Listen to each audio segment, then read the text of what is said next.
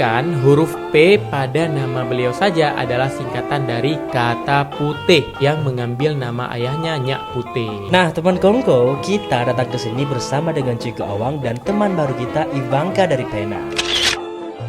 Dan beginilah suasana museumnya yang selalu ramai dikunjungi oleh wisatawan.